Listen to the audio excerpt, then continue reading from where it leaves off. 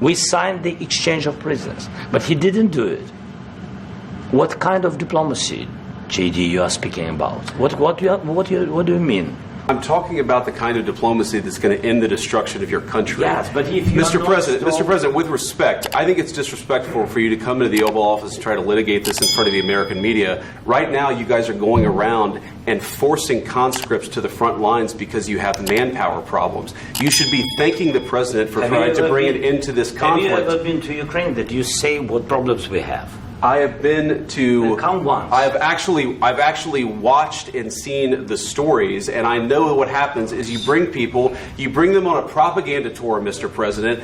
Do you disagree that you've had problems bringing people into your military? And do you think that it's respectful to come to the Oval Office of the United States of America and attack the administration that is trying to prevent the destruction of your country? A lot of questions. Let's start from the beginning. Sure. First of all, during the war, everybody has problems, even you, but you have nice ocean and don't feel now, but you will feel it in the future. God bless. You don't know that. God bless. God bless. You will not have a war. Don't tell us what we're going to feel. We're trying to solve a problem. Don't tell us what we're going to feel. I'm not telling you. Because you're in no position to dictate that. That's exactly what you're doing. You're in no position to dictate what we're going to feel. We're going to feel very good. You will feel influence. We're going to feel very good and very strong. You will feel influence. You're right now not in a very good position. You've allowed yourself to be in a very bad position, and he happens to be right about it. From the very beginning of the war. You're not in a good position. You don't have the cards right now. With us, you start having cards. Right now, you don't. You're playing cards. You're playing cards. You're gambling with the lives of millions of people. You're gambling with World War III. You're gambling with World War III.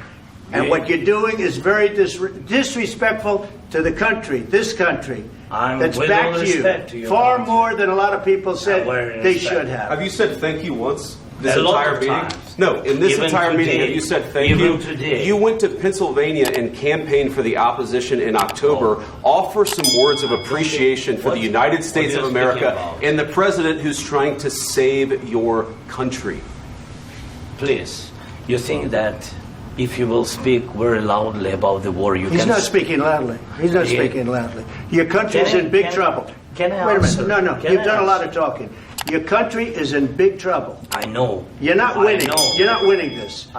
You have a damn good chance of coming out okay because of us. Mr. President, we are staying in our country, staying strong from the very beginning of the war. We've been alone, and we are thankful. I said thanks you haven't in been this alone. cabinet. You haven't been alone. In this cabinet. We gave you, through this stupid president, $350 billion. You voted we gave for you your military president. equipment, and your men are brave, but they had to use our military. What about if you didn't have our military equipment, if you didn't have our military equipment, this war would have been over in 2 weeks. In 3 days. I heard it from Putin. In 3 days. This is something maybe new. Less. In 2 weeks. Of course, yes. It's going to be a very hard thing to do business like this. Again, I tell you. Just say thank you. I said a lot of times to American people. Accept that there are disagreements, and let's go litigate those disagreements rather than trying to fight it out in the American media when you're wrong. We know that you're wrong. But you see, I think it's good for the American people to see what's going on. I understand, sir. I think it's very important. That's why I kept this going so long. You have to be thankful. You don't have the cards. You're buried there. Your people are dying. You're running low on soldiers. Listen, you're running low on soldiers. It would be a damn good thing. And then you tell us, I don't want a ceasefire. I don't want a ceasefire. I want to go and I want this. Look. If you could get a ceasefire right now, I tell you, you take it so the bullets stop flying and your men stop getting killed. Of course, we want to stop the war. But you're saying you don't want a ceasefire. But I said to you, I want a ceasefire. With guarantees. Because you'll get a ceasefire faster than an agreement. Ask our people about ceasefire, what they think. That wasn't with me. That wasn't with me. That was with a guy named Biden who was not a smart person. That was with Obama. It was your president. Excuse me. That was with Obama who gave you sheets and I gave you javelins. Yeah.